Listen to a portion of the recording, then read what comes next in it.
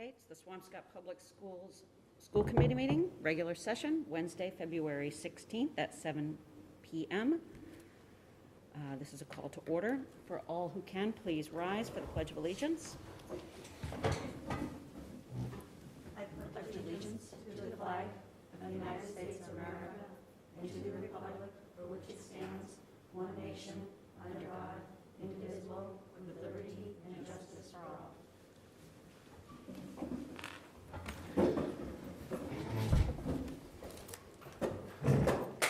Okay, we're going to jump right in to committee announcements.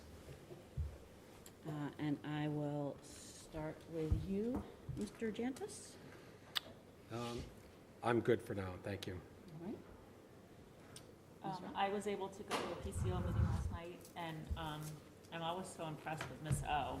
She has so much energy. She brings so much energy to that group, and so many engaged parents. It was just nice. It was just nice to be part of that and see that.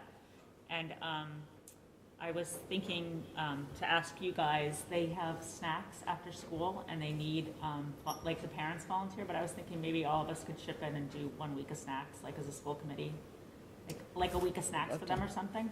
Like I was just thinking. You know? Yeah, I would love I'm happy to go out and buy them. I was just waiting for Miss O to tell me like what would be a good thing or what like for a meeting or that they go no, No, they for have the kids on the bus. like Oh, okay. sometimes it's for the bus ride home, sometimes it's for the kids that are staying and doing tutorials Right, staying okay. later. Like they stop in at their MECO room at the end of the day and they have snacks. So very cool. I also brought this up to Martha and suggested that perhaps this was something that, I was wondering if it was something that could be subsidized, and B, well, I'm not in the business of spending anybody else's money, that I would imagine that if they approach some of the PTOs. Yeah, Martha, so Mrs. Raymond brought that up last night, so. That I bet the PTOs would love to help fund Yeah. it, particularly since they're coming from all the different schools. Yeah, so, But I would be thrilled and I to. think like all the schools probably need it. It's not just the middle school, I don't high school, whatever, so. Is there a public comment sign up? Not yet, but there will be, yeah. We don't have to sign up. We don't have a sign-up sheet, but we'll, I can make one. Yeah. Want me to just make one? So that was great. And then the other thing I wanted to announce was that master class. There's a free master class this month. Like, I don't know if people can access master class. It's like a service where there's lots of tutorials about lots of different things from famous people. And this month they're offering Black History for free, like a tutorial on Black History, and it's fantastic people. And I watched the first group of lessons, and it was just like riveting. I think it's a great thing to share with teachers and parents and students to watch some of this stuff. It was just great. I'll So, echo that. I find masterclass to be a fabulous resource. yeah, so that's all I have. I don't have anything tonight. I was going to maybe mention Chipotle, but I have a feeling that the girls might talk about it, so. All right, Ms. Jensen, I'll go to you. Hi, can everyone hear me okay? Good? Okay, hi everyone, I hope you're doing well. As you all know, this is the week before February break, and I just wanted to say, I think all the students, all the faculty, all the teachers, I think everyone just is in very much need of a break, especially with the terrible weather that we've been having recently. But fortunately, I did want to add, there's a lot of talk about the potential of a pullback of the mask mandate in school. I would say typically, just from Madison and my perspective, there's about a 50-50 of kids who will take their masks off and kids who will keep the masks on. But I think the opportunity to choose to do so or not to do so is very, very much appreciated, and everyone's kind of excited for it. But yeah, Madison, take it away. Terrific. Ms. Deal? Thank you. Can everyone hear me? Yep. Okay, perfect. Good evening, everyone. As Maggie had said, it's very close to February break. Everyone is very excited for a much needed rest period. And as it was mentioned, I just want to say too, that a lot of the fundraising, for example, the Chipotle tonight is a really great resource for us to continue raising money for our class and just in general. So it's nice to see people turning out to that. I know on Instagram there's like stories about that as well. And just a shout out to people who sort of produce and run X-Mic as well. I know that this is a really wonderful sort of get together for everyone every Friday, and it brings a lot of joy to everyone. And it's another much needed sort of lift of spirits during the pandemic and just during school in general. So that's a really great addition to our sort of school body and community. So I just wanted to shout out to everybody who produces that and all the performers and everything. So thank you. Terrific, thanks. And I have one announcement, and it happens to be a very personal one, and that is to say that I have pulled papers and that I am planning to run for school committee again. This will be my 4th time running. Wow, that's awesome. So I'm very proud of what's going on here in the district. 12 years ago, when Karen and I pulled papers for the first time, the district was, I ran very specifically because of the chaos that I believed the district to be in. There was turnover at every level of leadership. There was a complete lack of clarity with budget. And I believe that we have built a really strong team that continues to evolve. I'm really proud of the work that we're doing. I'm really proud of the work specifically that we're starting now with the teachers union and the contract negotiations that we're in, and I would very much like to continue to be a part of that. I would really like to be a part of what happens with the district as we attempt to recover from COVID. I think this really represents a landmark of change in education for our district, and I'd like to be a part of that.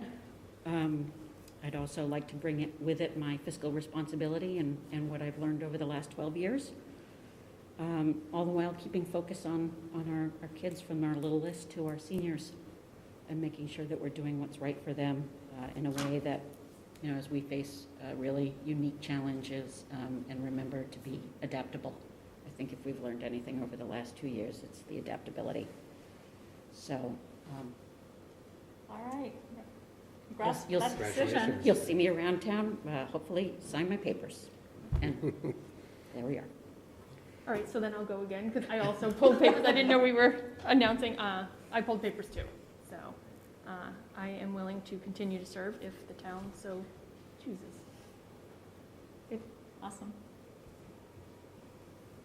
And with that, Superintendent, I'm going to turn it over to you. Would you like to start with For the Love of Learning? And I think we'll start with the love of learning. And actually, Mr. Pierce, I am going to turn it over to you and our fabulous students. I see that we have Joshua, I think it's Shilo, as well as Sydney McCoy. And have you introduce them and tell us about how fabulous they are. Of course. So we have sophomore Sydney McCoy and junior J.Shilo, who have earned high scores to participate in the Massachusetts Senior All-State Chorus this year. Not only did they reach the cutoff score, they were over the cutoff score by 3 and 6 points. So these are the best singers. These are the best singers in the state of Massachusetts from every high school in the state of Massachusetts. And I just, I want to thank them. I want to thank their parents, Heidi, Amanda, and Mark.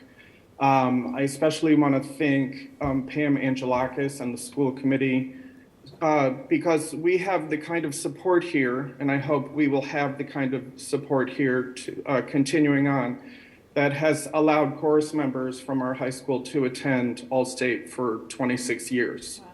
So every year for 26 years. So they will be rehearsing March 2nd and singing at Symphony Hall in Boston on March 5th. So really extraordinary work. Thank you. I want to give the opportunity to the students as well as their parents the opportunity to say anything, as well as to the school committee if you guys have any questions of the students. If if you want, just go ahead and unmute yourselves, and if you want to tell us a little bit about what it is that you're most proud about, or what you're most looking forward to, we would love to hear anything that you have to say. Hi, my name is Josh, and I just like to say thank you so much for inviting us out to congratulate us. I'm really proud of myself, really proud of Sydney as well. I think we did. I'm just really glad to have the opportunity to go and rehearse and perform with the best singers in the state. That's me. Thank you to my mom and dad. That's what I have to say. Thank you, and Mr. Pierce, of course. And yeah, I would like to say that we greatly appreciate the support and recognition the school is giving to programs in the arts. I think Swampscott High School has so much more to offer than just athletics. We have so many other things that are going on, and it's really, really much appreciated when the school board recognizes those other programs as well. So thank you very much. And if I may, I'll have a turn as well. Congratulations, Josh. It's very heartwarming, Mr. Pierce, to have you say best singers in the state. So congratulations, Josh, and good work, Sydney, too. Fantastic. Proud of you all.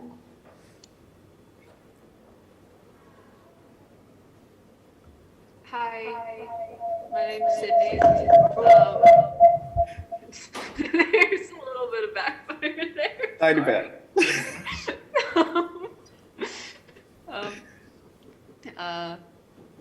It sounds good now.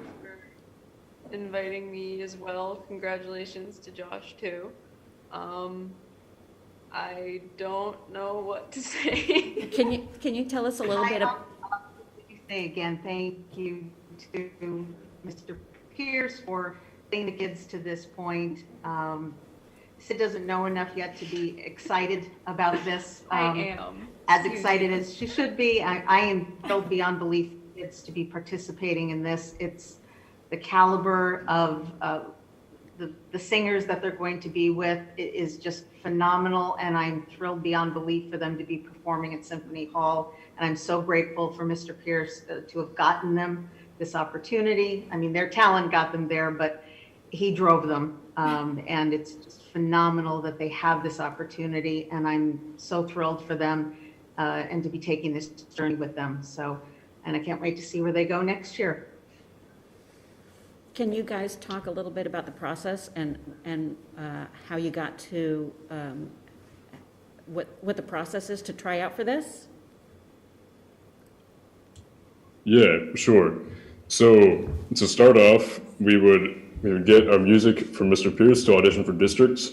And when you audition for districts, you make one score, which allows you to get into districts. And if you get a score higher than that, I think it was like a 10-point, 15-point margin. If you get above that second score, then you get the option to audition for all states. After that, you get your all-state audition music. And I spent a few X blocks with Mr. Pierce working one-on-one to learn the piece and really fine-tune it. Then after that, I recorded my audition. I sent it to Mr. Pierce, who then turned it into the organization. They reviewed it, and well, I mean, we both got in. So that's the process. Mr. Pierce does so much extra work with the students. We cannot thank you enough, Mr. Pierce. We so appreciate all your effort. It's much appreciated, yes. Does everyone who auditions sing the same piece? Yes. Yes. Wow. They sing their own voice part, but it is the same piece. Well. Yeah. So, May I? and it's interesting. The state uses the same 5 pieces on a rotating basis, so I know those 5 pieces really well. That's funny. And I'm imagining that Josh is baritone. A bass. A Yeah. bass. If I could just speak to what Mr. Pierce said, congratulations, Josh and Sydney. Really, really proud of you. I'm sure you've heard me say before that I only made it to the district level in an orchestra. I made it throughout my high school career. Never was good enough to make it to all states, so I know what it takes. But to Mr. Pierce's point and to Mrs. Shiloh's point, I was a minor in music all through college and played in a couple of professional orchestras. So music has been, and the arts have been just as important to me as our athletic program here in our district. And my commitment to the arts would never change. This is really important. The work that you kids do, the work that Mr. Pierce does, the drama club. We have one of the best drama programs around. I'm very, very proud of that. Mr. Pierce has taken the drama students to competitions that would compete with the Super Bowl for our football team. So my commitment to the arts programs within this district would never waver. Congratulations to you both. I do know how intimidating those auditions can be. I don't know if they still do it in a room with somebody sitting there with a clipboard scoring you, but congratulations. I'm very, very proud of you, and I look forward to watching your future successes. Thank you very much. Can I ask a question? Please. Well, I wanted to say, first of all, that I know this is particularly singing, but I mean, I'm sure everyone would agree. We've seen both of these young people perform on stage, acting, dancing, singing. Like, I mean, very, very talented, and it's a joy to watch. And then my question was going to be, when you go to the competition at Symphony Hall, is that going to be recorded in any way? Or is there the opportunity for people to see it, stream it? Is it? Because I'd love to see it. Well, so You can purchase the video, I think. I think they record it and they also video record it. Although, like, reaching this point is more like, it's not a competition anymore. It's kind of a celebration of being. So they rehearse and perform with this elite group of students, and there's also a band, orchestra, a jazz band. So they have maybe 4 or 5 organizations at the state level. But the competition, I guess, is getting in. Gotcha. And then, So now it's just for the joy of it. And now it's a show. Okay. But I still think it would be really great if you could show students here, or, you know, have something, you know, at least one song recorded that the whole group does. It'd just be so great to see it and listen to it. Like, sure. Yeah, We can do that. I'd like to echo what you said, Superintendent, and I know I speak for everybody here on the committee, who all of our kids have participated in a variety of activities, and I think we recognize that there are some kids who get up and come to school for science class, and some kids who get up and come to school for football, and some who for robotics or for singing, or that there's a variety of things that is the motivation, and we really recognize that that there are a lot of different kinds of kids in Swampscott, and we want to encourage them all, particularly during these last few years where it's really sometimes just hard to get out of bed. So all kinds of different reasons for coming to school. So we are really proud of you guys and glad that you're here in Swampscott with us. Great. Thank you. So thanks. And Amy, if I can just, Please. kind of echo what everyone else has said, just,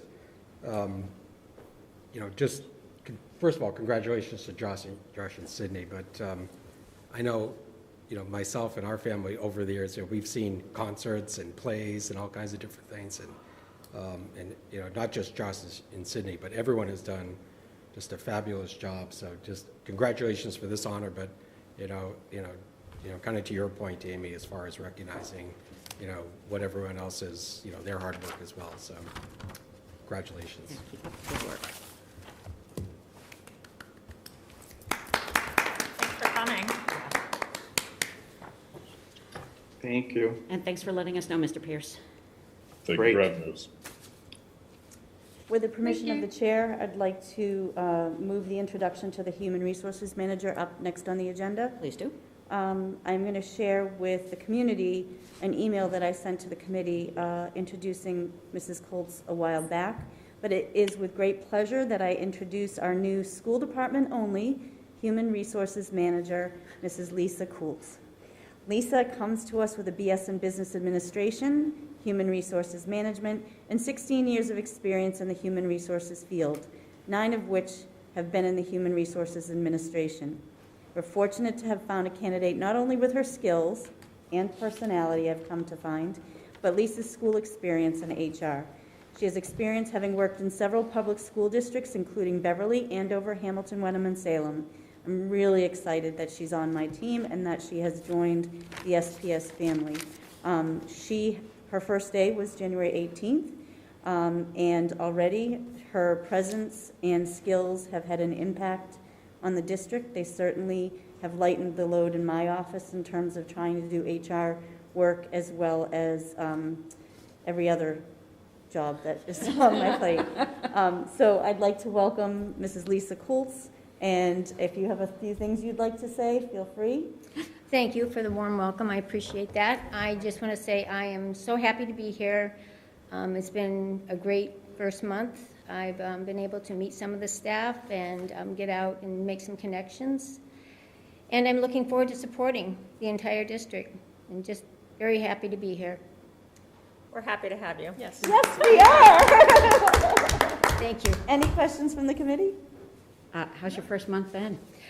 Very good. Exactly what I expected. Everyone's been lovely and very helpful, and yeah, it's just, you know, getting to know the people and the district.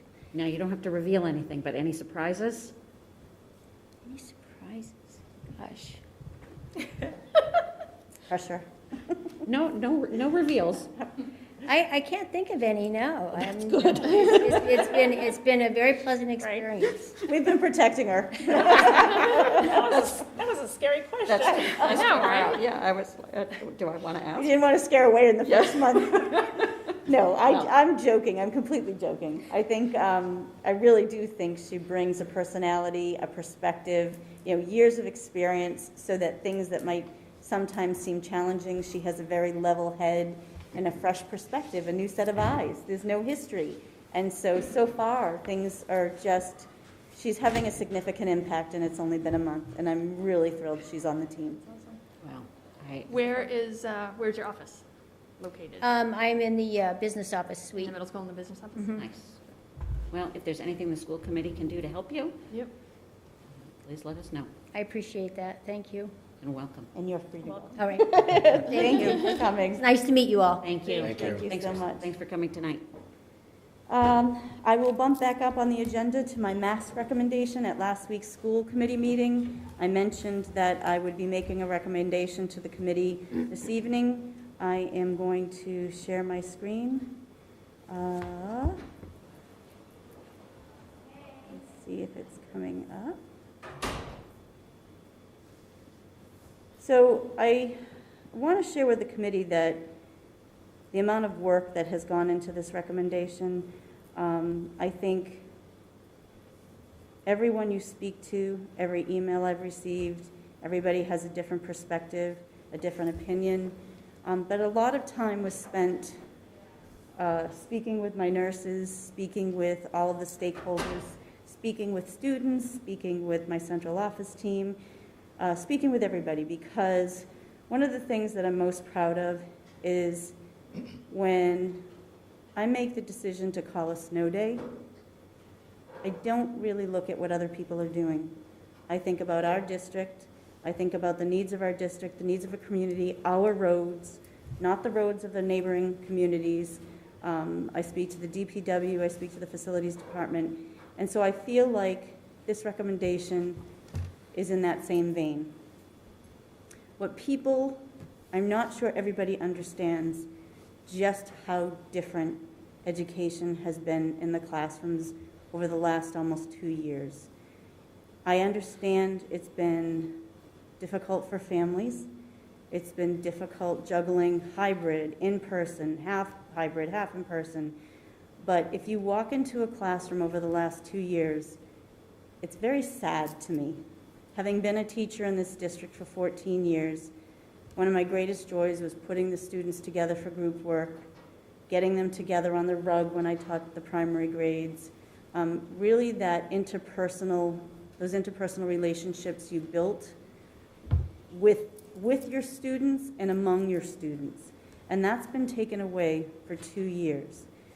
There are those that would like us to follow DESE and the governor's recommendation on February 28th and rip the Band-Aid off and take the masks off and make them optional. And there are those that would like us to keep them on for the remainder of the school year. And so I'd like to read publicly a memo that I've sent to the school committee regarding my recommendation.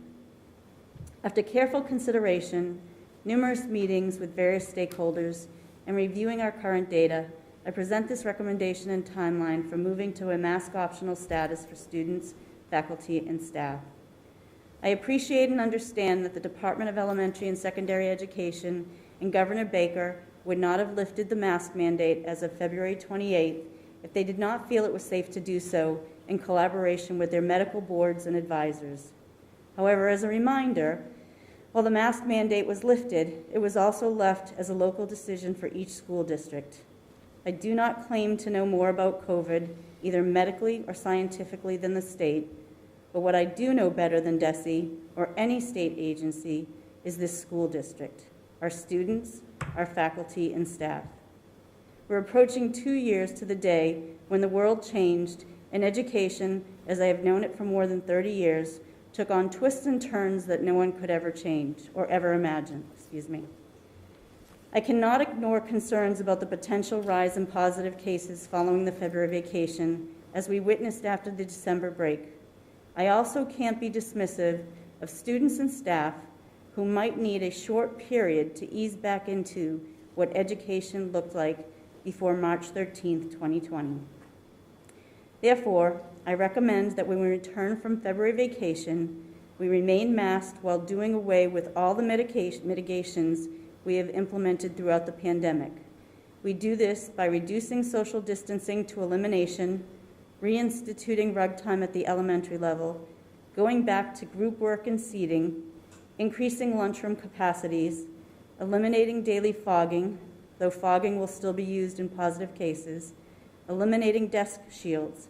Medical waiting rooms can be converted back to original use, and transition back to education as we knew it while still masking. With the at-home antigen testing program beginning this week and then returning to school from February break, if we do not see a dramatic increase in cases, my target date to implement optional masking is March 14th, 2022 at all levels. This gives us 2 weeks after the February break to determine if there is another spike in positive cases that could affect this timeline. However, I'm cautiously optimistic that this will not be the case. I appreciate the wide range of opinions on this topic and understand some would prefer an earlier date and others who may still not be comfortable with lifting the mandate on March 14th. I sincerely hope this date is a reasonable compromise that can work best for all of us. I'd like to add a couple of things. A dramatic increase, I think people are going to say, how do you define that? I'm not putting a number on it. What I'm talking about are their hospitalizations, which we know are going down. Are the numbers of students and staff that may have COVID, are they significantly ill? Are there cold-like symptoms? And I know that we will know what a dramatic increase is. I also want to say that I'm aware of a few school districts who have already lifted the mask mandate in their communities, who have done so with the understanding that for 2 weeks after the return from February vacation, they will be masking up again. So I don't want to unmask to realize 2 weeks after we're back, we're going to put the masks back on. I know that the community thinks that sometimes I've led extremely cautiously, but I would rather do that. I cannot dismiss the idea that our little ones and the big ones need to reacclimate to what learning used to look like. And for our younger students, they don't know what it's like to be working in fours. They don't know what it's like to do shoulder buddies.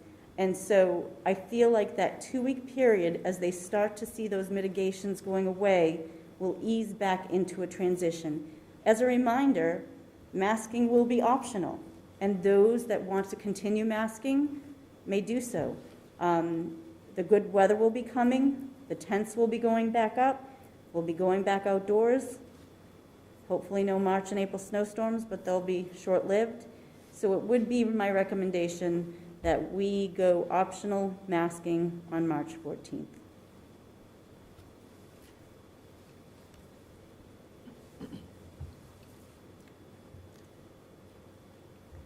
So that is 2 weeks, 2 days of school days. Right. Right. So we would remain masked for the remainder of this week. We have February vacation, and it would be 2 weeks after that. Now, I was looking back at the COVID policy that the school committee adopted, and I believe that policy needs to be rescinded. I don't think it gave me the unilateral power to make this decision. I believe the school committee needs to vote on this recommendation, but I'd be happy to answer any questions you might have. Well, we're not voting on the recommendation. We're voting to rescind the policy that we currently have and give you the power, that gives you the power to do this or not do this, right? I would appreciate the committee's support on my recommendation. No, I'm just saying.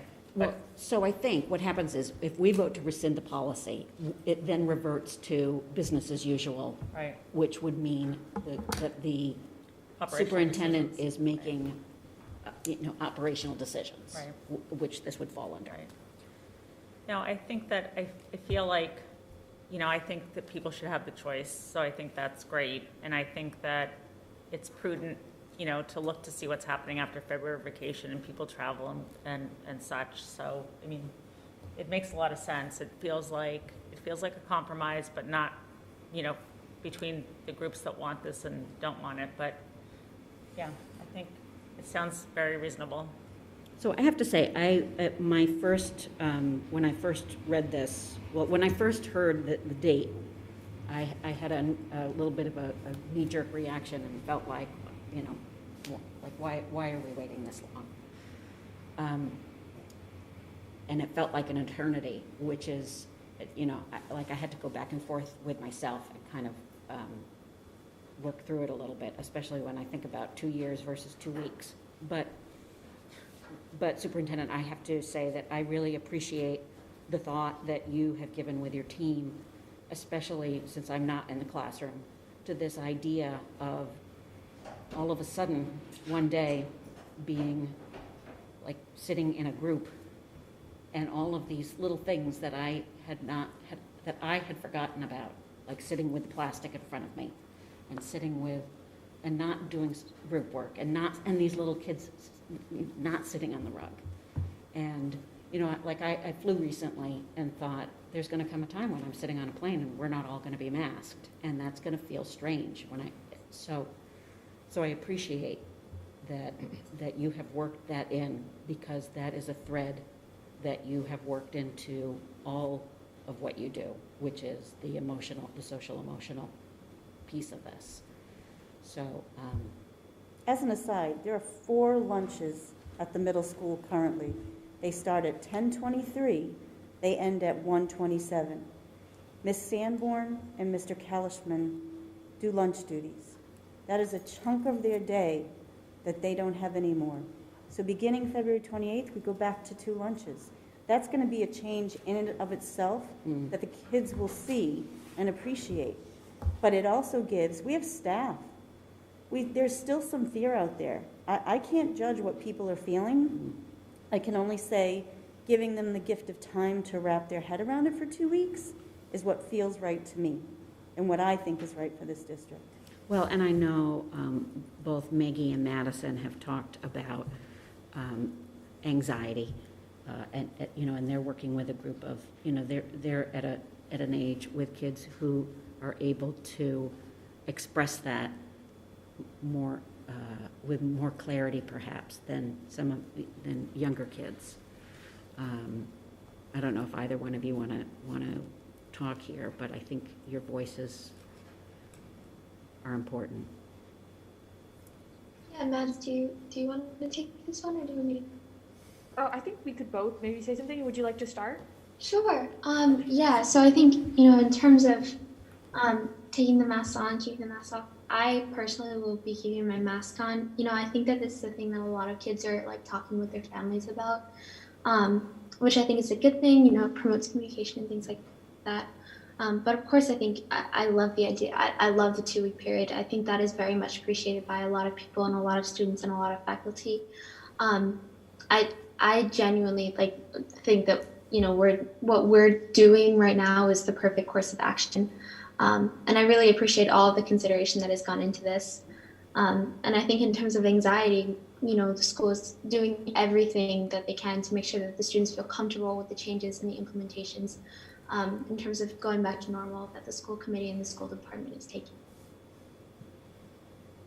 And just to add on to that, as Maggie was saying, we both appreciate the consideration, Superintendent, that you've taken into this memo and everything. And just personally, from my experience, over the summer, I had a pretty large jaw surgery, and I had to come to school because my lower lip was numb and everything. And so I had to put paper towels in my mask to stop the drooling, unfortunately. My lower lip was numb.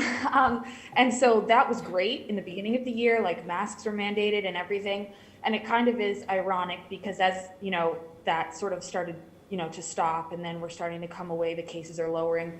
I think it's a really good transition to sort of, I have been so used to the, paper towels and everything, and it's going to be wonderful to be able to take off my mask and it has been said, sit in a group at a desk sort of cluster and be able to talk without sort of maybe being muffled and you can't understand what someone's saying. And so I definitely think, yes, there may be some anxiety, and I think it's great that there is an optional option for people if they want to keep it on. But I think returning to normal is what people need, and I think it will be a big stress reliever in itself to kind of be like, I can see people's faces, people are smiling, I can talk and see, their mouths moving and things like that. It's just so foreign because we haven't been used to that for almost 3 years actually, which is kind of scary. So I definitely think that this sort of slow, gradual change is great. And I'm very excited for the future with hopefully lower cases and no masks. So thank you. So I don't want to monopolize this. I want everybody. No, I know. I'll say a couple of things. Yeah, me too. I'm sorry, I'm just gonna, sorry, I'm premature here. Not March 14th. What are you doing? I know, I'll put it back on. No, I'm kidding. I think this strikes the right balance. I kind of had the same reaction that you did, Amy. I read it and I'm like, ooh, March 14th. But, thinking about it, 2 weeks isn't that long to just kind of take a conservative approach, make sure that, number one, the kids are, especially the little ones, are kind of prepared for it. I think that's probably where your focus was, and make sure they're ready for it. And again, just, from a COVID perspective, make sure that, there's no issues, going into the 14th. So I think you struck the right balance. And again, just to reiterate, I also appreciate all the work that you put into this. Thank you. To come up with this. So, but again, I couldn't agree more that, just again, parents I've talked to, my kids, their friends, it's not that they're all dying to rip their masks off or anything else. It's, but they love the idea of an option. And that's what I'm hearing over and over. So I think, they're all looking forward to that, and, hopefully we can get there on the 14th without any problem. Yeah, I mean, I'm similar. I was disappointed at the date, right? Because it felt like so much longer than the date that they gave us. But I understand where you're coming from, and I understand the push and pull that's going on, and I can't wait till we get to the point where you get to be an educator again and not like a health care provider and making these decisions. So I'm really looking forward to this. So am I. Yeah, but I am glad to see all the other mitigation things going away that maybe are even more important, right? We're so focused on the masking that maybe getting people together, getting those lunches down, and all Getting the those little things ones on the rug is- again. Right. I was thinking That's about that important when too, yeah. you guys were talking, I mean, taking the masks off is gonna feel great for everyone, right? But it's gonna be really scary for some kids at first because they've been hearing how dangerous this is, and all of a sudden if they're in a class with no masks, so that whole part about taking out the petitions and getting them closer together and desks together, it really does make sense to sort of ease that anxiety, because there are going to be kids freaking out probably because their parents have, they have issues at home, or someone's had COVID, or someone's died of COVID. it's gonna be scary to take the mask off, like with people close to you. Like, I didn't really, yeah. Right, and Yeah. even though, and they don't have to take the mask off, right? People can Oh, wear yeah. the mask, and I don't think that there's gonna be any backlash in either direction. I think we've gotten to the agree. point now where people are gonna be comfortable wearing a mask, not wearing a mask, being with someone who's wearing a mask. Do you know what I mean? I would But I hope do that think that's there's not- going to have to be conversations Right. in the younger grades about choices. I think at all And- the grades. And I agree, and, I've been talking with the administrators about, am I going to choose to continue to wear a mask to support those students that do wear a mask for whatever reason they might have? So I think conversations have to happen in every classroom that this is a choice, and that, we're going to respect people's choices. I am concerned about somebody teasing somebody because they choose to continue to wear a mask. So my message Or to not. the, right. Or not. Yeah, I don't. My message to the principals is that they direct their staff to have those conversations. I mean, Yeah, think I mean, it it's goes become so both ways. You normalized. can't It have people does. judging people for not wearing a mask does. in the same way. Right. But I would imagine that people might bring their mask and wear it at certain points during the day Well, and not they at have to others. wear them in the health office. They have to wear them on buses. That hasn't changed. The health office is mandated by federal law, and the nurse's office, when they go in, they have to wear a mask. And so I would still encourage everybody to every student to still bring their own mask, because we don't have a sufficient number of masks to give in the nurse's office visits. But Oh, in boy. order to go in there, they have to be wearing a mask, and on buses. So the kids that are traveling on buses for sports too. Yes, they Yeah. have to be masked. So I have a couple of questions. The first one is sports related. As sports are governed by MIAA, and I don't believe they have lifted their mask mandate. They have, They as have. of February 28th. I haven't Okay, had a then- conversation with Then done, I can Ms. check that Wolf. off my list. Yes, they Okay, I was gonna have say, lifted it'd be pretty it. stupid to not mask in this room and then go upstairs and mask. Okay, so that's off the table. Oh, shoot. Now, are the teachers, are we doing anything in particular? Okay, so first of all, are the teachers, is the union on board with this? I haven't polled everybody, Uh-huh. but I will say, out of respect for the teachers, I sent this communication to them this morning, and I received a lot of support about this plan. They felt it was thoughtful, they thought it was cautious, they thought it was responsible. So I received a lot of positive feedback. I know there are teachers that would like to remain masked for the rest of the year. And they can be. And they can be, but they understand and recognize that, I'm not the COVID expert. I'm not. I know my own experiences, I know my family experiences. I have to go by what the governor and DESE are saying. At the same time, I have these concerns about our students. 2 years is a long time to be teaching the way we've been teaching and educating. It's just, some of our youngest kids don't know what normal school looks like. Yeah, I think especially about like those third graders, for whom this is normal. And it's not. I worry about anxiety. I worry about those that still have fear of this virus. And I do think I would echo what Mr. Gianta said, that I think I tried to strike a balance with this recommendation, and I hope it gets supported. Do we need to do anything from a professional development standpoint to prepare the teachers for this? I'm just putting it out there. No? Okay. They know what putting students back together means. They know what Just, filling. in terms of the fact that there does need to be a consistent language that, But that's something that they're all- I will message to them. Yeah, that they're Yeah, there all- doesn't need to be a professional development. Okay. Just messaging that, emphasizing choices, and respect for differences.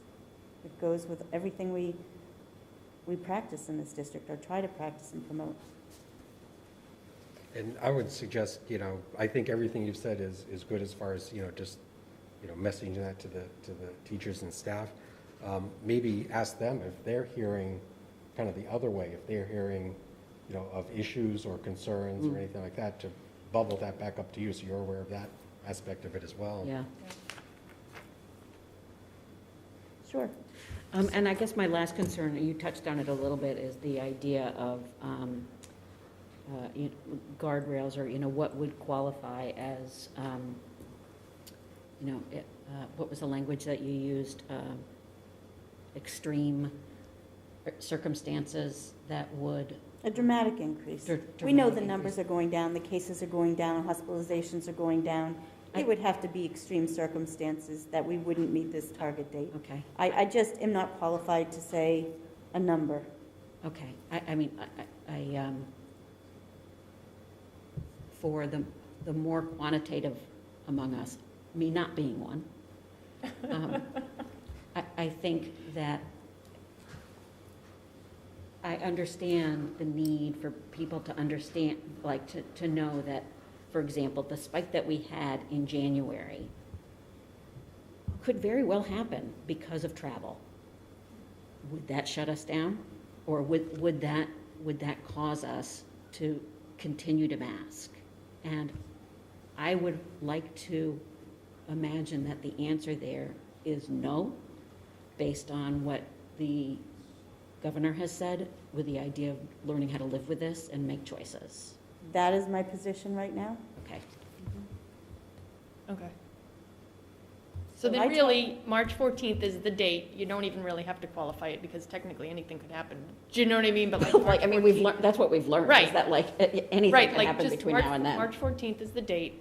I shared numbers and percentages with the committee last week, and then Mrs. Mulcahy, our occupational health nurse, went back into a different system and reran the numbers. And so when we met, she met with the nurses, and when we met, she explained to me that percentage of 84.3% at the high school is not accurate because those were entries into the system. They could have been one dose. And so she gave me the number. The high school just hits 80% is the actual number, just hits 80% of fully vaccinated 2 doses according to our data.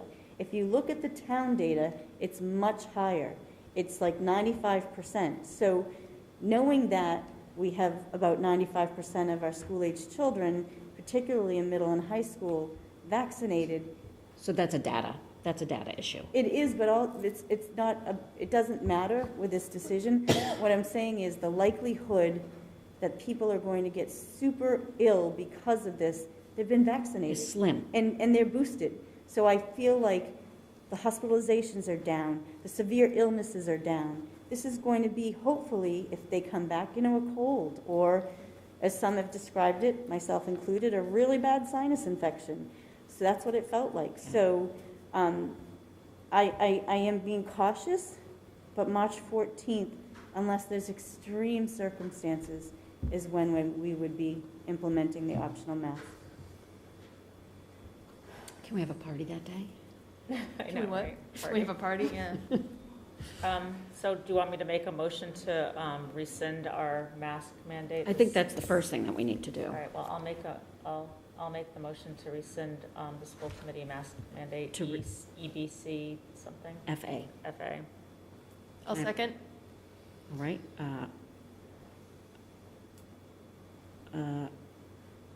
Any discussion? I think we had it. All right. Happy to do it, yeah. I mean, rescind them all? Or just? Well, just that one, All right, because just this that one says the policy Okay. will remain in place until rescinded by the school committee. Okay. So I will take a roll call vote. Yes. Yes. Yes. And I am a yes. It does not count, but I know that Mr. Pastor agrees. So the policy is repealed. That feels good. I know, right? So Superintendent, that means the decision now falls to you. We no longer have a policy regarding face masks. So that this becomes a matter of operations. Thank you. And we support you. I would love a formal vote of support if that's appropriate. I am happy to do that if somebody would like to make a motion. Sure. I'll to make a motion to support a March 14th lifting of the mask mandate. I'll second. Did I say it right? Lifting of the Well, I mask. wonder if it's that, or if that we support the superintendent Recommendation. recommendation. Okay, well, You said the same thing. Well, I know. Well, I know, but- I know, but it's really kind of a different thing, that one becomes us making the decision versus empowering the superintendent. I don't know. Am I splitting hairs? I'm going to look to you because you're very particular about these things. I'll take that as a compliment. Yes. No, you're right. It's two different things, you know, and I guess, you know, I agree with what we've said. I guess, I'm sorry, I think my concern, you know, I think we talked about this probably when we put this policy in place, that we wanted, you know, some mechanism or some control in place that, you know, if we had concerns, or if the situation changed, we would be able to, you know, have a way to, you know, pivot, you know, accordingly, you know, from a school committee level. And, you know, I guess my question is, do we still have that capability here? Well, that's why I think that not voting on the date and voting on passing that to offering that support to the superintendent allows the superintendent to change it to earlier, to later, as she sees fit, rather than calling us together for another meeting to make a okay. decision. What if there's a new variant that comes out in May, and suddenly the system's going down with this new variant? Then We have a meeting.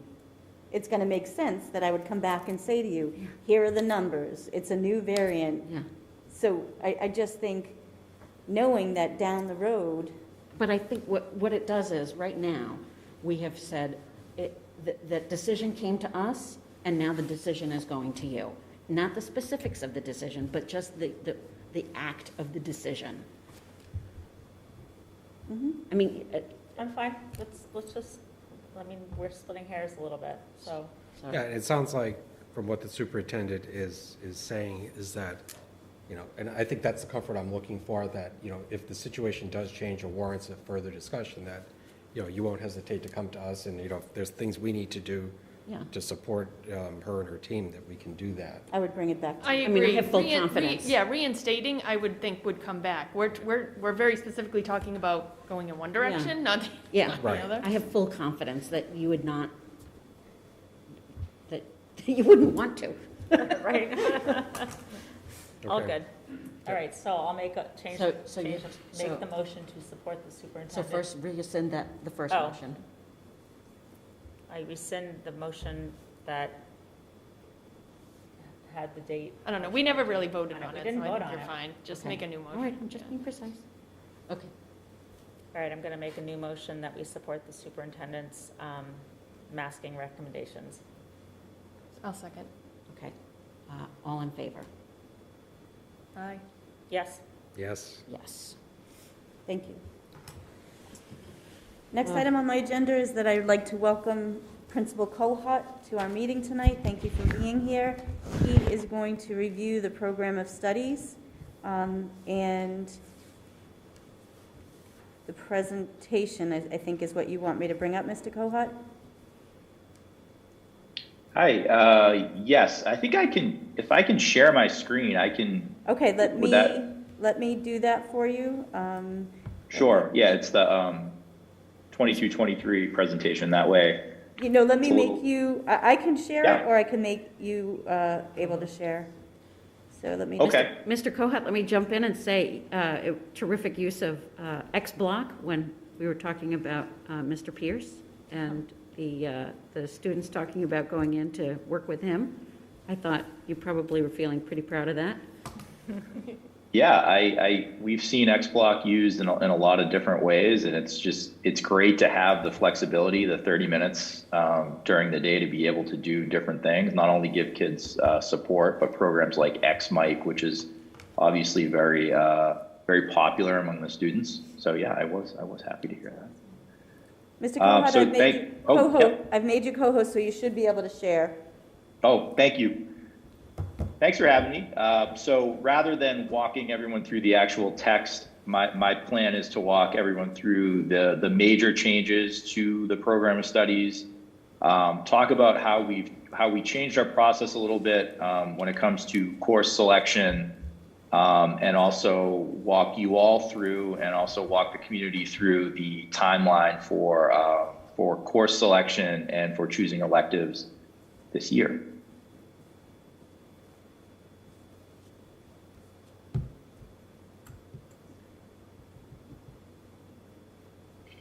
Bear with me one moment here. Shrink myself.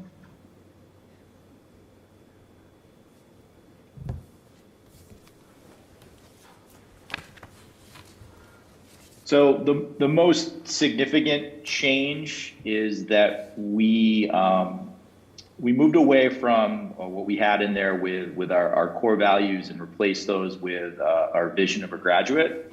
And this came out of the NEASC visit in 2019. It was one of the priority areas in the NEASC visit was for us to develop a vision of a graduate. So the process for this, and I know I've spoken about this in the past, but I know not everyone is as familiar with what we did. So the process for this was we formed a small working group to develop the vision of the graduate. And on that group was myself, Assistant Principal Finn, Holly Flanagan, who's the English Department Chair, Sarah Kelly, and Emily Barnum.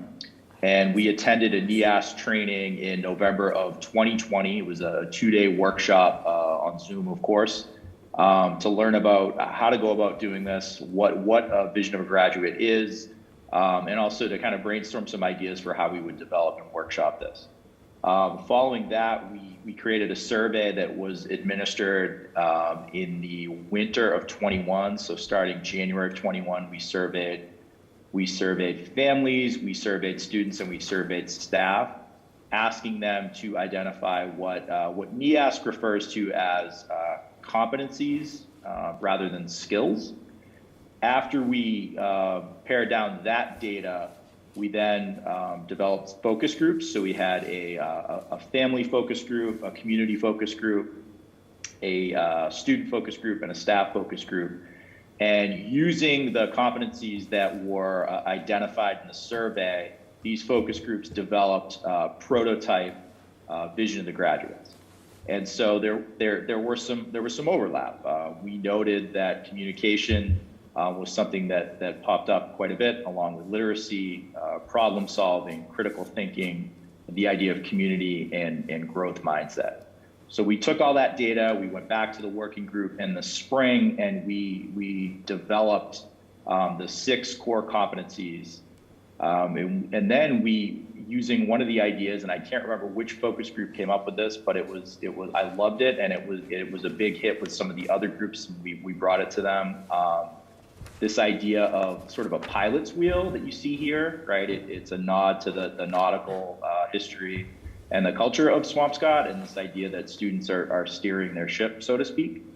So we then took that and we brought it to 2 of our art teachers, Ryan Townsend and Ms. Frocky, who no longer works with us, but at the time she did, and they designed this prototype of the vision of the graduate. So our vision of a Swampscott graduate is a graduate who thinks critically, reads deeply, communicates effectively, solves problems, has a growth mindset, and also contributes to their community. Now, in terms of the process for choosing electives and also for building the schedule for next year, we did things a little bit differently this year. We talk a lot about meeting kids where they are, and we wanted to understand what kids are interested in terms of electives, right? We know we have a wide range of electives already, but our team we started to have this conversation about, are these the things that kids are genuinely interested in, and would we see more students enrolling in electives if we offered perhaps more sections of electives that already exist, or if we offered additional electives. So I'll present this in a minute, but we did survey the kids in December of 21, and we used that data to drive some of the decision-making in terms of putting some ideas out there in the program of studies for electives. We also want to make the information for course selection more accessible. We've been talking quite a bit this year at the high school with the staff about what I refer to as pandemic keepers. I got that from an article that was in the Marshall Memo, this idea that some of the things that we've been doing as schools throughout the pandemic are worth keeping. And I think one of those ideas is this what we're doing right now, right? Our ability to connect over technology. And I know that some of the nights that we have, right? Like for example, our curriculum nights or our program of studies nights, they're not accessible for all families, right? It's not something that not everyone can get to Swampscott at 6:30 or 7 o'clock at night. So what we'll be doing this year is we'll be filming, recording, and then putting on YouTube our evening event for families, and then also one of the sessions that we're going to have with students to talk about course selection during the school day. So when it came to building electives, like I said, we did things a little bit differently this year. We surveyed our kids in homeroom, and I'll pull this up here. You can see what this looks like. So this is a course offering student survey. So we asked them about current electives that we already run, and just to kind of gauge their interest on that. And that helps us to think about, rather than running perhaps one section of an elective, perhaps we run two, right? If we know there's a high level of interest in those electives, we can run multiple sections of electives. And we also asked them about, sorry, you can see all the electives that we have. Within these disciplines and subject areas, what other subjects would they like to study that are not currently offered? Like within the humanities, things like public speaking or nonfiction writing or sociology, et cetera. And this is the survey data that we received back from students. So there's a range of things here, but there were certainly patterns, like within the sciences, we saw astronomy, within wellness and PE, we saw things like yoga, strength training. We also saw students who were interested in sociology, in education, in nonfiction writing. So we took that information and working with the BLT, the department chairs, started to develop some new electives for next year.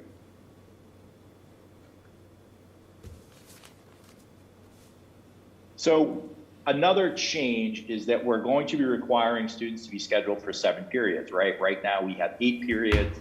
This is something that is in the program of studies, and also something that we talked with the guidance counselors who they do the bulk of the scheduling students. Something that they're going to be emphasizing while they're working with kids. So I'll run everyone through some of the new courses and programs offered in 22-23.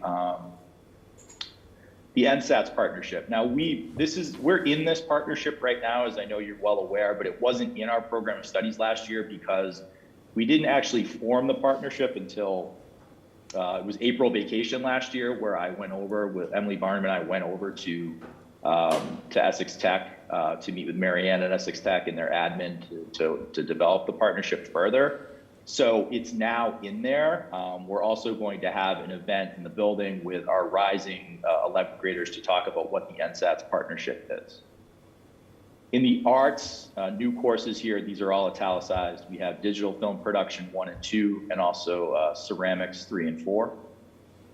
In ELA, there are several new electives, media and music, speech and debate, which we had for years, but were brought back, written communication for the real world, nonfiction writing, our dystopian fascination, what a great title, graphic novel, poetry, and the other courses, diverse identities. In health and wellness, a course, mindfulness, happiness, and the good life. This is a course, the happiness and the good life, is a course that's run at Yale. It's their most popular course in the history of Yale, or I guess in their modern history, I should say.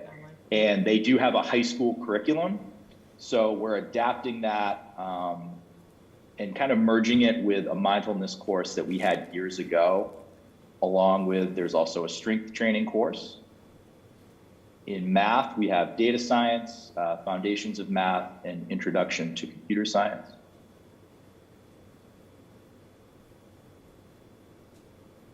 Within science, we are putting the STEM certificate on hiatus for a year as we start to think about what we want to do with the STEM field. Right now, we have some students who are in the pipeline right now for the STEM certificate, who will be earning it this year, but we don't have very many kids in the pipeline for next year. So the thinking on this is, now that we have innovation pathways and we've already discussed opening up additional pathways, does it make sense for us to have that STEM certificate, or do we want to move in a different direction with pathways? We're offering chemistry 2, physics at an honors level, anatomy and physiology, astronomy and space exploration. Within social studies, international relations, which was a class that ran years ago, but we are bringing international relations back. And I want to point out too that what's going to drive these courses running is how many students sign up for these courses, right? We know that kids are interested in these subjects, right? We got that from the survey, but when we start to build the schedule and kids start to do their elective choices, we're only running these if there's genuine interest. They'll remain on the program of studies, assuming that you vote for it, but that doesn't mean the classes will necessarily run. It's all going to be driven by student interest and the schedule. In terms of the timeline, and then I'll open it up for questions. Beginning on March 10th and then running through the 25th, students will meet with their teachers to discuss course recommendations. That will be happening, of course, in the building over the course of those 2 weeks. The course recs then get put into Aspen. Simultaneously, students will be able to choose electives. So once we open Aspen for next year, students will also be able to choose electives.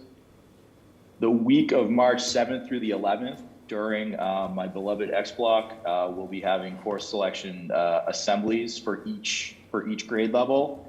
As I mentioned earlier in the presentation, it's also going to be recorded so that families or kids who are absent can access the information. On March the 14th, that's when we're going to have our course selection night in the auditorium at 6:30. That will also be recorded, but we're inviting families into the building to learn about course selection. This event in the past was more popular with rising ninth graders, which makes sense because it's a new experience. March 14th and 15th, I'll be going down to the middle school along with the guidance department to meet our rising 8th graders at SMS. What we used to do in the past, one day, but because of we want to spread everyone out because of the pandemic, of course. So we're going to do 2 days in the morning at Swampscott Middle School. We're creating an electives webinar, and these are just like probably 30-second to 1 minute sort of overviews of the different electives by department. Those will be shared out via email to all students and families on March the 16th. And then on the 29th and the 30th, I'll be holding a Zoom meeting for just a drop-in meeting for families to meet with me and to meet with guidance to talk about course selection. So for grade 8 students, it's from 6:30 to 7, and then for our students in grades 9 through 11, 7 to 7:30. And again, that's a drop-in. There's no agenda. It's just to answer any questions that folks might have about course selection for next year. All right, and then I'll stop sharing and I'll open it up for questions.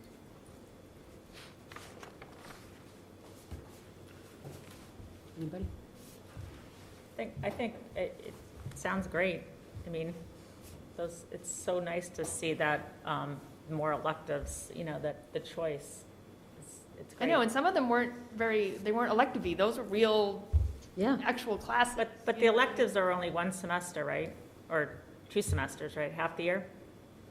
Yeah, typically most electives are semesters. I mean, we've had the occasional quarter class, but we've moved away from that because it caused havoc with the schedule. Right.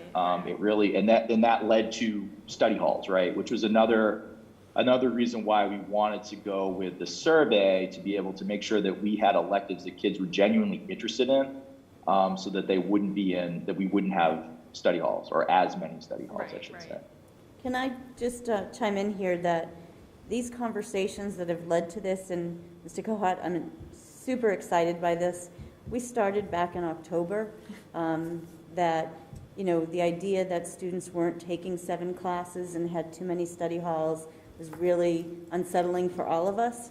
So Mr. Kohat, myself, Ms. Zotto, Ms. Seibert was part of the conversation, Ms. Raymond, that, you know, things needed to change. And the fact that the survey got done, the fact that the data was used to develop these electives, I know I've had conversations with high school teachers who are super excited to be offering an elective.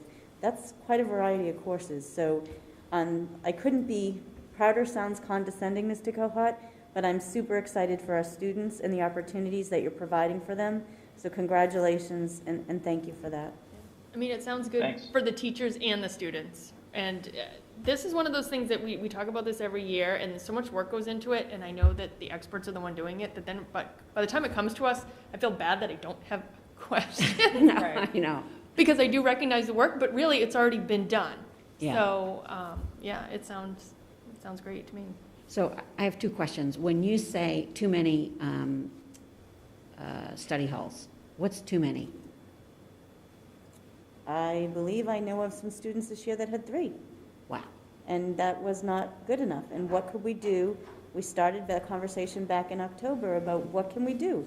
Well, just because the graduation requirement is a certain number of credits doesn't mean that we can't set the expectation that everybody takes 7 classes. Yeah, right. It's a lot of free time. And so, you know, that was where our conversation started. And I do have to give the credit to Ms. Zotto and Mr. Kohat. Their willingness to listen, their willingness and openness to work on this. It's not an easy thing to do. But seeing that list of electives, I'd like to take a couple of them. Exactly. There's a couple I'd like to take. Happiness and the good life, sign me up. Yeah, I'd like to take that too. And then my other question was about the foundations of math and that being a new course. Like what, I read the description of it, but what changed there? Why is that a new course? So that course ran this year also, but it was added late and it was driven by student need. So there's a certain cohort of students who really need that course to meet their needs. So is that because of learning loss? Is that playing catch up? Is it like to get kids geared up to go into algebra? No, I wouldn't say it's learning loss that's pandemic related or anything like that. It's just a group of students who there was a need for that type of a math class for that particular cohort. We hadn't had that need, in recent memory, at least since I've been an administrator, and so it needed to be created to meet the needs of those students. And is it indicative of anything else? No, I don't think so. I think it's just that particular cohort of kids. It's to meet the need of those students. There are this year we did run the enrichment blocks for students who had experienced significant learning loss. I think it's been very successful in math, and that's because we hired a math interventionist.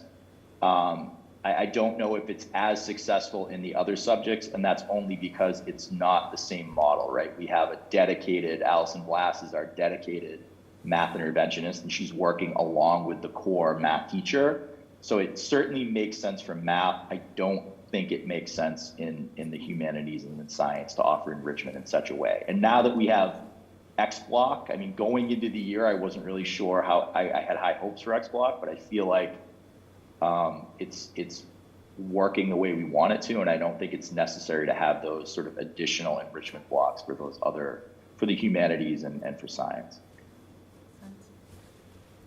Yeah, sounds great. I just have a quick question, and thank you for the presentation, Mr. Kohat. I guess, would you be willing to come back, at some point, maybe a couple of checkpoints just to let us know how this has gone over? And, absolutely. If you're thinking of any tweaks going forward from there, as far as courses or messaging or anything else, I think that would be super helpful. Absolutely, anytime. Terrific. So you need a vote from us on this, correct? I believe the vote is scheduled for a later meeting. I believe there will be a It's like a vote, but I first think read. tonight. So this is a tonight, first read, okay. First So- read, sure. So we vote on it at the next meeting. Perfect. Terrific, thank you very much. Thank you, Mr. Kohut. Thank you. Kohut. Take care. The next item on my agenda is a feel-good kind of informative little piece that I'm not sure the committee's aware of. So the high school started a community service initiative, and it was for volunteer shovelers, which is another thing that we've been talking about for years and years. Wouldn't it be great to support our senior citizens? And so this went out quite a few months ago, and community service credits would be offered. And we had 19 students at Swampscott High School participate, and we received a lovely note from the outreach social worker at the senior center after the blizzard that we have. And I'd like to recognize the following students for their service hours: Eileen Cornwell Brady, Madeline Beaver, Ian Statlander, Olivia Barletta, Anton Kripko, Juan Barada, Yaroslava Sherieva, Eamon Al-Zaim, Nicole Peach, and Alice Michigan. And the note just said that they were grateful for the kids that were able to help. Illness and the school trip got in the way, but the dedication and initiative that the volunteers showed was impressive. And I just think, what a great partnership. This is another one of those things that we've been talking about for years. Mm-hmm. It's off the ground. They're getting community service credits and also giving back to their community. Awesome. So that on that wheel of the vision of a graduate, community is on there, and this just demonstrates it. Do we have is there a staff member that coordinates it, or is it student coordinated? I believe there's a staff member. I should have asked Mr. Kohut who that was. That's terrific news. But what a wonderful program, particularly with that blizzard. Yeah. And if we could roll that down to the middle school, I bet there's a lot of kids there. I bet there's a lot of energy I was going to be expended. Young back. And my final topic is something that I've talked about for years and years, and I'm finally in a position to just plant the seed with the committee tonight. I'm not looking for any action. So for a number of years, through my own personal experience, I've seen the value in therapy dogs, and this was pre-pandemic. Therapy dogs have been used in hospitalizations for students. My daughter has experienced the use of a therapy dog, and they're known to lower blood pressure, have kids more engaged. How do you not want to come to school to see a little dog? So a couple of things that are going on. We have a teacher in our Harbor program who has sent me a formal proposal, and she has outlined everything that would be needed to bring in a dog as a therapy dog. She is purchasing the dog is being trained, the dog is getting all of the certificates. It is a hypoallergenic dog, and so her proposal is pretty thorough. I would like to support this, but when I started my research on therapy dogs years ago, there are some, those districts that have done it successfully, there is a policy related to it. So I would like to bring up, let me show you what we have. We have policy IMG, which is animals in schools. So that's one of the policies that we have in our policy manual. I'm not going to read it to you, it's in the supporting documents.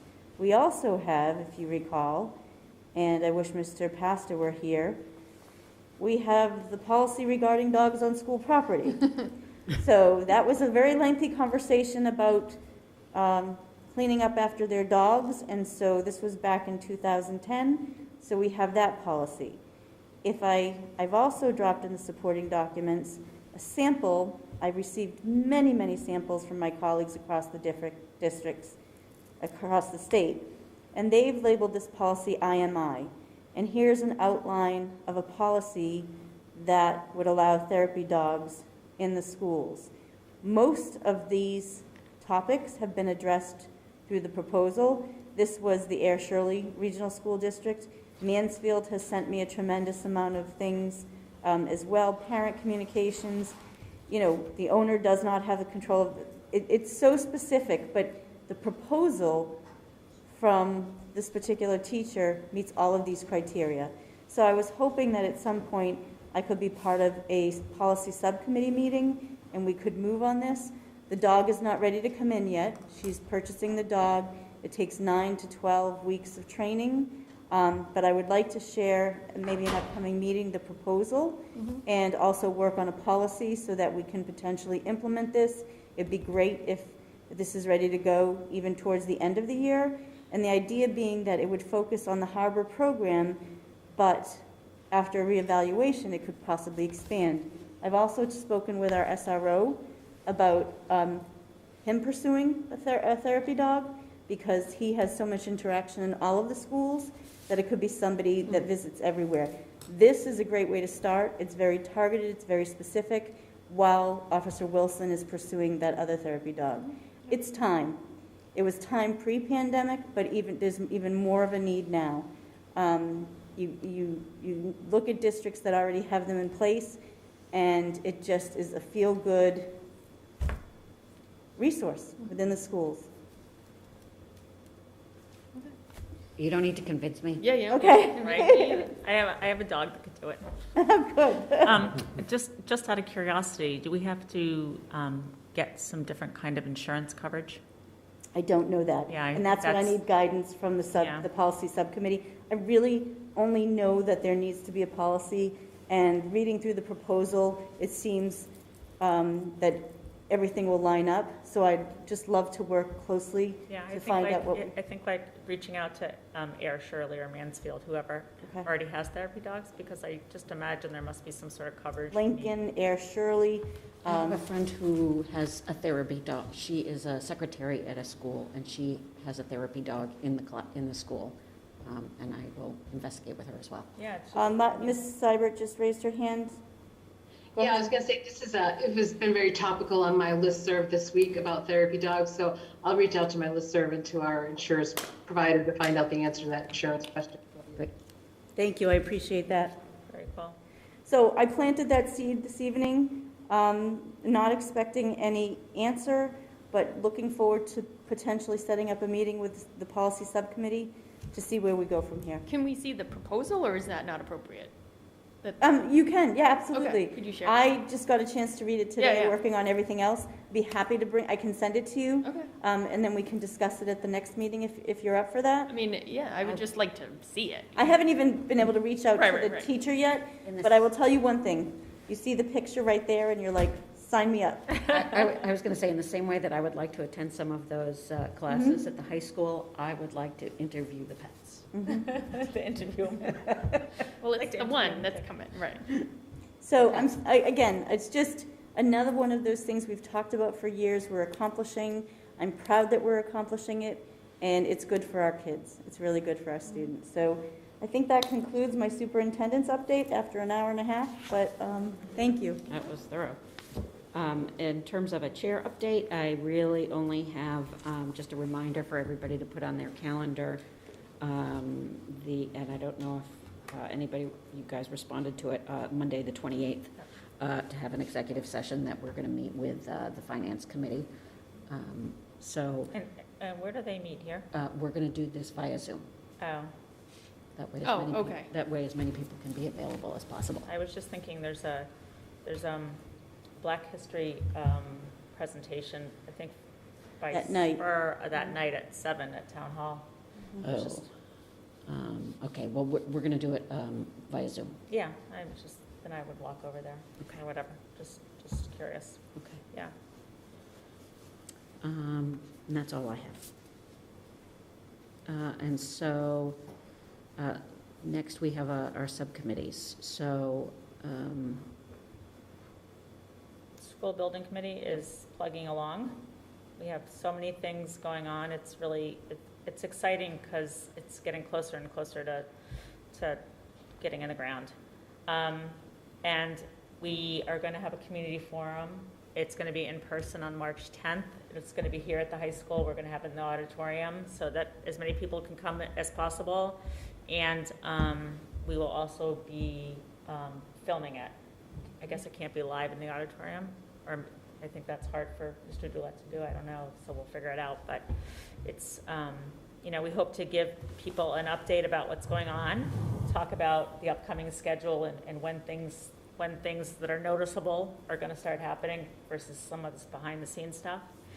Talk about construction specifically, you know, what's going to happen in the area, sort of what we're considering for trucks and patterns and things like that that people in the area are going to be concerned about. And then hopefully we'll be able to talk, maybe introduce some swing space / transitioning plans. Well, good, that was what I was going to ask about Talk that. about that stuff too. I mean, I think that before that, we'll know, and some information will probably go out, but that'll be another opportunity for people to ask questions, I think. Or have a little presentation or something. Yep. But so it should be. I'm just waiting for the go-ahead. Yeah, Okay. well, it's So it's imminent? yeah. So that's the good news. We've gotten some estimates back from the estimators to look at the total price and what we're coming in at, and we're working really hard to get it right on budget, and yeah, Good. it's all good. It's exciting. It's so exciting. It's crazy.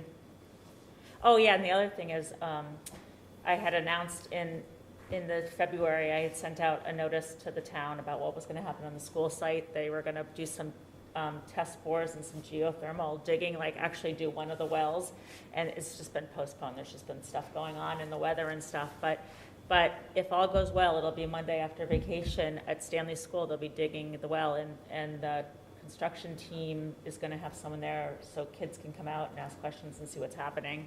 So that's kind of exciting, you know, to sort of start owning part of that. So it's good. Okay. That's all I have, because the policy that we were talking about last week, the social media policy, we're just going to postpone it a little bit. We got some feedback from KP Law, and now the teachers are looking at it. Okay. So just postpone that for another week or so. And that's All right. it. All right, so it's time for public comment. And I know Amanda Kashuba, sorry. I should know that by now. That's okay. Um, Spelling's confusing. If you want to come up. And if you, and if you just want to identify yourself for Sure. people who are watching. Good evening. My name is Amanda Kashuba, a parent of children in Swampscott School District. Thank you for your time this evening. I'm here to say thank you on behalf of a community of parents and residents that support the freedom of choice with regard to mask wearing for our children. I speak not only for those willing to provide their names, but those who feel they have no voice and those who fear judgment of themselves or their children by the community. I say thank you for the children in this community who, because of these mandates, have had to increase their seizure medications because masks were causing an increase in seizure occurrence. For students who daily are having difficulty breathing at school. For students whose speech and language development have been impacted. For students whose social skills are being crippled. For students who are so emotionally dysregulated that has led to depression, self-harm, and substance abuse. Please understand that 2 weeks feels a long time, like a long time for families who've been struggling with these challenges for the last few years. As described in my letter to you earlier today, we respectfully ask that the requests in our letter receive your full consideration. We understand that removing restrictions will be hard for some members of the community, and there will be opposition. Properly fitted N95 masks or other well-fitting surgical masks should be sufficient to protect those worried about contracting COVID-19. The time has come to restore normalcy to the town's children. They've followed the rules placed on them for almost 2 years now. The current state of the pandemic, the prevailing science, and public health experts support a transition to normalcy. We will have years of work ahead of us to address the psychological damage and learning decline that has resulted from these COVID restrictions. We must start now. Now's the time to put fear and politics aside. Personally, my family's dealt with chronic illness. We work hard at health, and we would never ask another to do something that they felt was a risk to their health. It's time to stop making children feel selfish for wanting to breathe freely. Thank you for allowing parents to decide what is right for the health of their families.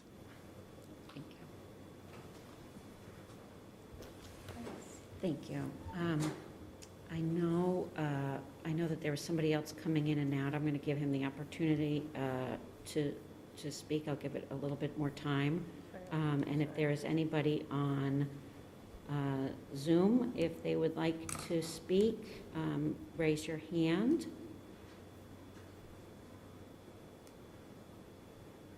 I need to just see him walk by.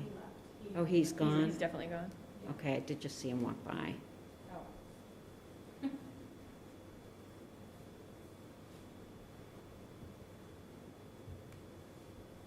Okay, I do see an attendee with their hand raised, so.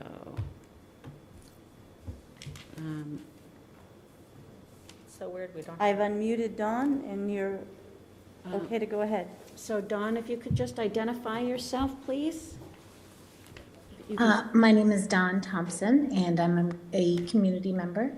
And I'm speaking on behalf of the families that I know in the school system, as well as, lots of children that I know that are having a really difficult time with keeping the masks on. And, 2 weeks until the end of the time to just match up with what Desi has already proclaimed to be the date. And, an additional 2 weeks seems like an eternity to some of those kids that are really struggling. And I just wanted to try to speak on behalf of the people that don't feel comfortable to come forward.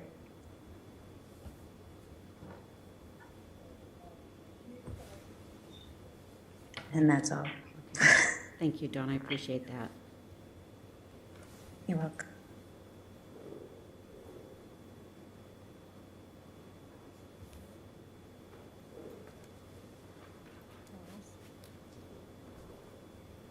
All right.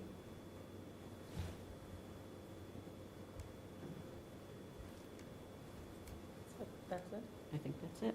All right. How come we don't have a consent agenda in here? Because we had it last week, so there are We only do no. warrants every other week. Every other week, Yes, warrants. there are no bills. Every other week's for 18 warrants. We've had so many meetings in a row Yeah, that we there just don't. are no bills and. Yeah, you're all caught up. No bills and no minutes. So exciting. Oh, crazy. So with that, I will entertain a motion to adjourn. I'll make a motion. I'll second that. All in favor? Yes? Yes. Yes. It is 8:34, and we are adjourned. Thank you, everyone.